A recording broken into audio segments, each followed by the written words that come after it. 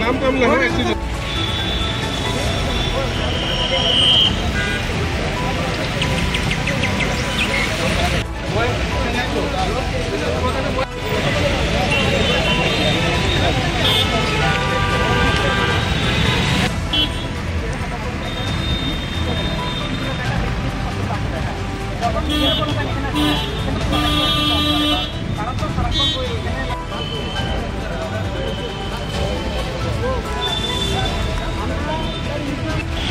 ওই দেখেন ছোট ছোট পোলা না কিভাবে চাকরি করছে আর আপনার মতো পোলা না রাস্তাটা দিচ্ছে ঠিক আছে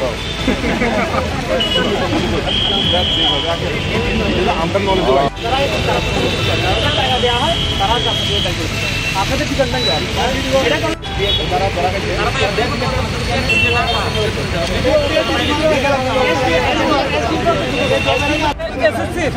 যে এসএসসি জিডির ক্যান্ডিডেট আছে আমরা আজকে এখানে জড়ো হয়েছি। এটার একটাই কারণ, আমরা যে বহিরাগত যে স্টেটের আমরা ত্রিপুরার লাগে একটা নির্দিষ্ট ভ্যাকেন্সি, এটা আমরা শুধু ত্রিপুরার লাগে রিজার্ভ থাকে, ঠিক আছে। এটা ইউপি, বিশেষ করে ইউপি আর বিহারের কিছু ক্যান্ডিডেট আয়া আমরা ত্রিপুরার মধ্যে ফেক পিআরটিসি যেটা এটা বানায় সেটা আমরা ভ্যাকেন্সিটিকে নষ্ট করতেছে, তারা আমরা চাকরিটিকে নিয়ে নিতেছে আর কি।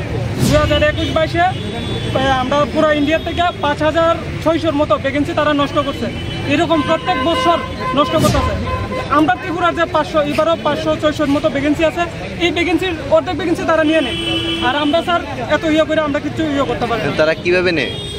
তারা স্যার ফেক পিআরটিসি বানায়, ফেক পিআরটিসি কিছু টাকার বিনিময়ে ফেক পিআরটিসি বানায় এই তারা আমরা ভ্যাকেন্সিটি নষ্ট করে। তার পিআরটিসি আছে মানে তারা ত্রিপুরা ক্যান্ডিডেট, পিআরটিসি আছে মানে তারা ত্রিপুরা ক্যান্ডিডেট, এটা কয়ে মানে তারা ত্রিপুরার কয়ে এই করে আর কি আবেদনটা করে সেটা আমরা পিআরটিসি ভ্যাকেন্সিটা নষ্ট করে।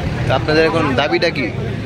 আমরা দাবিটা একটাই, আমরা ত্রিপুরা প্রশাসনের মানে কাছে আর কি আমরা একটা দৃষ্টি আকর্ষণ করতেছি, তারা যাতে মানে ত্রিপুরা সরকারের কাছ থেকে মানে করতে না পারে আর কি, পিআরটিসিটা যাতে না বানাইতে পারে।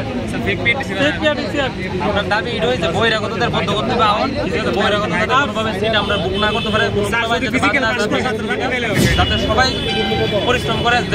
যে স্টেটের লিগে আড়াই স্টেটের মধ্যে ভ্যাকেন্সি দেওয়া পার্টিকুলারলি তারা কিনা করে আমরা এখানে আয়ে আমরা এখানে কাট অফ কম যায় তার লিগে তারা ভ্যাকেন্সি মানে আমরা ভ্যাকেন্সিটা তারা বুক করে তারা ফেক পিআরটিসি ডোমিসাইল যেটা করে তারা এটিএম থেকে এটা বাইর করা হইতেছে, তারা কিছুটা আর বিনিময়ে এটা করতেছে, ঠিক আছে। তারা করতেছে ডুপ্লিকেসি করে সেটা আমরা ভ্যাকেন্সিটা এভাবে এরকম করতেছে, যে কারণে আমরা দিনের দিন আমরা ওভার মানে বহুত এমন বাদ গেছে তারা কোনো কাট অফ মানে এত মানে তুলনার বাইরে আনএক্সপেক্টেড কাট অফ গেছে এবার, যে কারণে খোলাবাইনি এত আমরা এটা ঢুকতেছে। এখন আমরা ফিজিক্যাল হইতে পারে 20 তারিখের মধ্যে আমরা এইটাও জানা যাচ্ছে সরকারের কাছে আমরা আবেদনটা রাখতাম চাই যে বহিরাগতভাবে প্রার্থী যাতে আমরা না আইতে পারে, কোনোভাবে ফিজিক্যাল মানে এন্ট্রি না করতে পারে আমরা ক্যাম্পের মধ্যে।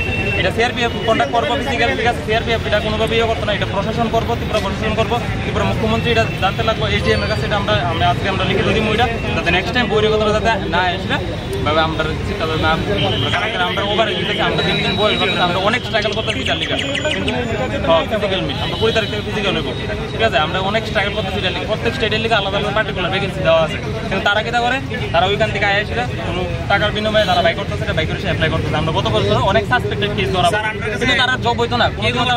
এমএচএ থেকে গত বছর নোটিশ দেওয়া হয়েছে, তারা 5000 ক্যান্ডিডেট ধরা হয়েছে 2022-এ সাসপেক্টেড, তারা সত্যি বাদ হইব, কিন্তু ঠিক আছে কিন্তু বাদ হইব, কিন্তু অক্ষণে যে ভ্যাকেন্সি নিতে আছে আমরা তো কিছু বলেন বাদ যেতেছি সবাই, প্রচুর ফলাইন বাদ যেতে, যেটা অর্ধেক ভ্যাকেন্সি তারা নষ্ট করে, ভ্যাকেন্সি তারা নিতে আছে আমরা তারা নিতে পারে না স্যার, এটা অ্যাকচুয়ালি নষ্ট করে দেয় ভ্যাকেন্সি নষ্ট করে দেয়। আমরা আবেদন সরকারের কাছে তারাও পায় না, আমরা এটা করতে করো কোনোভাবে যাতে ফেক ডোমিসাইল যাতে বাই করা না হোক, রিসেন্টলি যেটা বাই করা হয়েছে সেটা ক্যান্সেল করো, কোনোভাবে যাতে তারা এসে মানে আপিল না করতে পারে জিনিসটা লিখে অ্যাপ্লাই না করতে, ফিজিক্যাল যাতে না দিতে পারে আমরা এটা